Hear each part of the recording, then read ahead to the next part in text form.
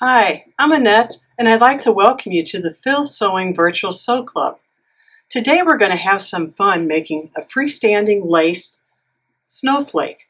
This design is by Sweet Pea Machine Embroidery.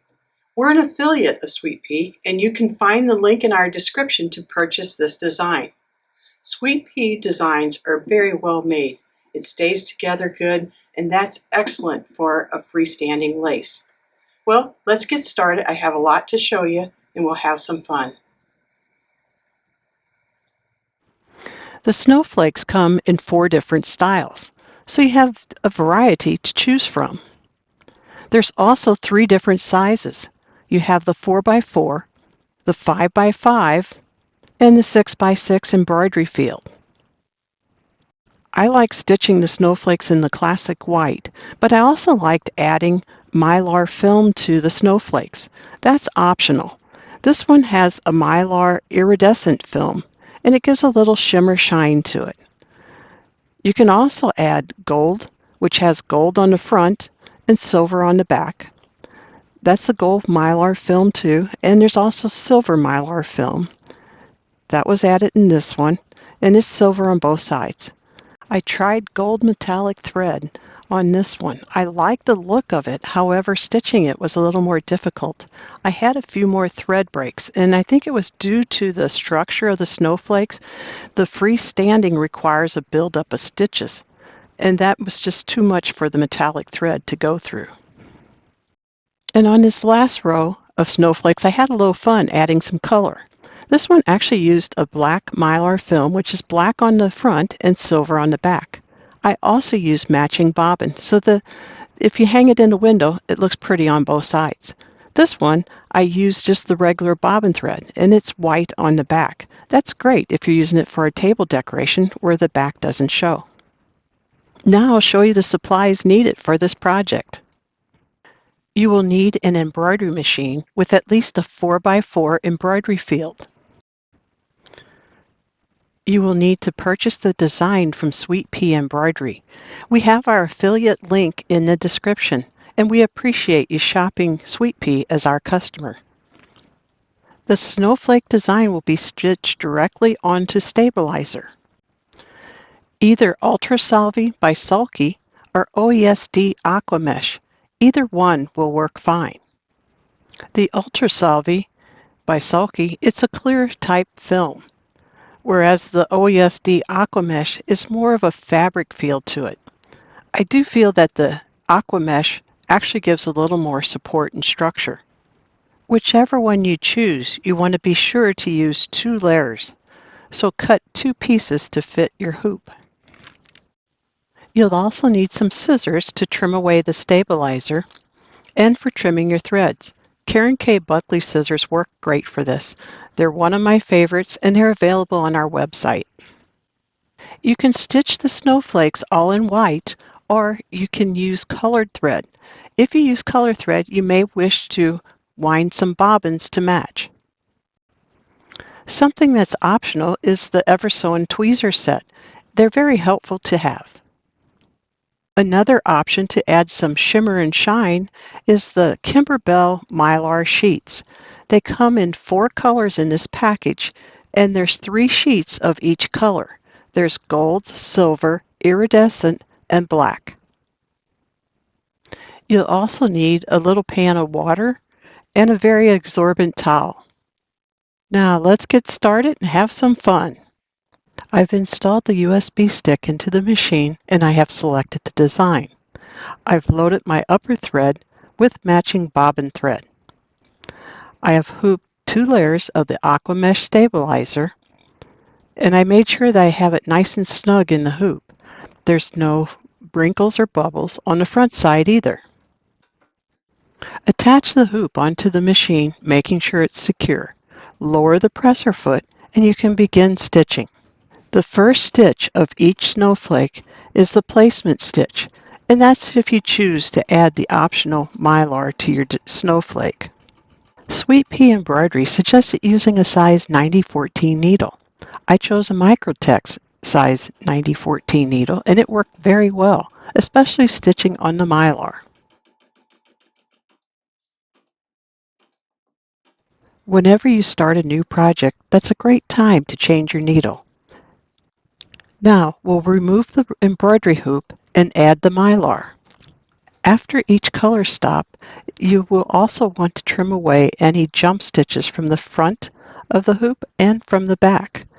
If there's any thread tails, you want to snip them now. It'll make for a nice, cleaner looking embroidery. To attach the Mylar, I always like to use a little bit of KK 2000 spray.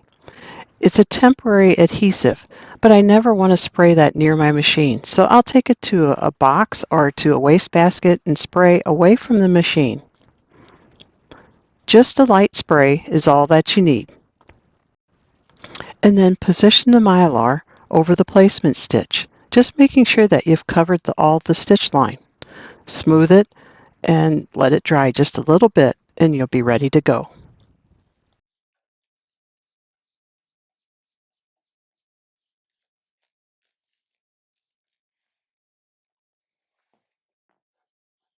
Then reattach the hoop to the machine, making sure that it's secure.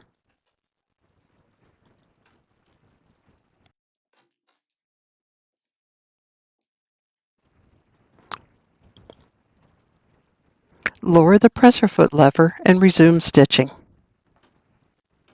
I will fast forward the video through some of the stitching process.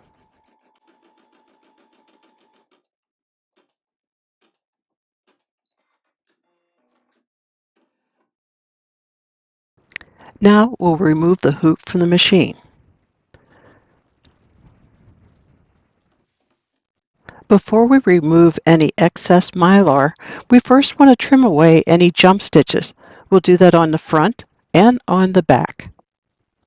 The Karen K. Buckley's curved tip scissors is perfect for this. It allows you to slide the tip of the scissors under the jump stitch. Also trim away any loose thread tails.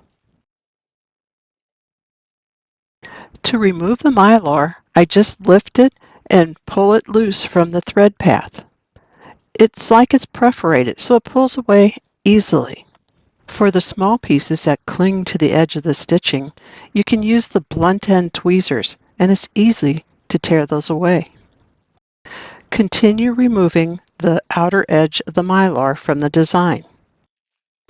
For the center design, I used the pointy tweezers, and I just pushed it in and got a small slit and was able to get my tweezer underneath there. It took just a little bit. There we go.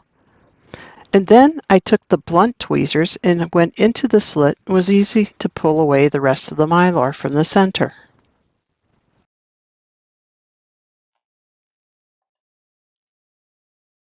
And then continue removing all the Mylar from the center of the design.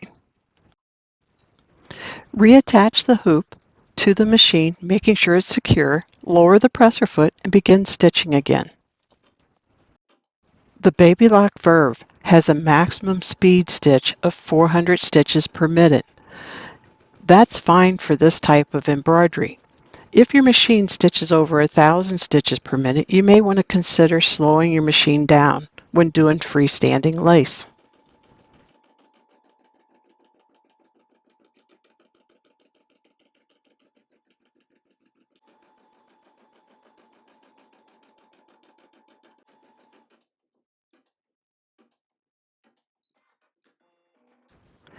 And again, at each color stop, you want to remove the hoop and trim away the loose threads. This helps prevent the foot from snagging, and it also makes for a much cleaner look. And if you choose to use the same color thread, you still want to stop and do the trims.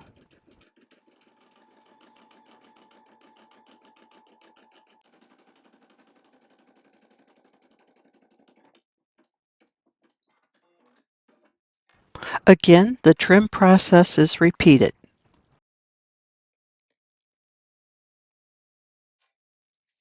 This time I will be changing the thread, so I have removed my bobbin thread, and then I snip the thread near the spool, and I pull the thread out through the needle. That is the best way to remove the thread from the machine.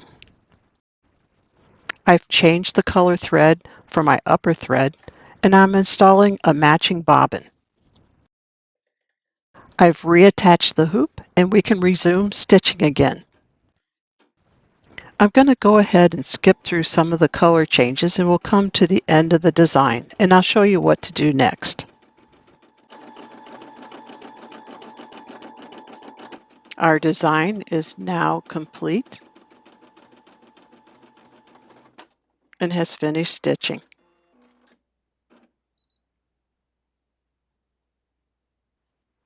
After trimming away any jump stitches or loose threads, then you can begin trimming away the stabilizer. I simply poke my scissors into the stabilizer and begin trimming. You can remove it from the hoop if you prefer to do it that way. Another way is to wet the area around the outside of the design and it'll simply drop out of the hoop too.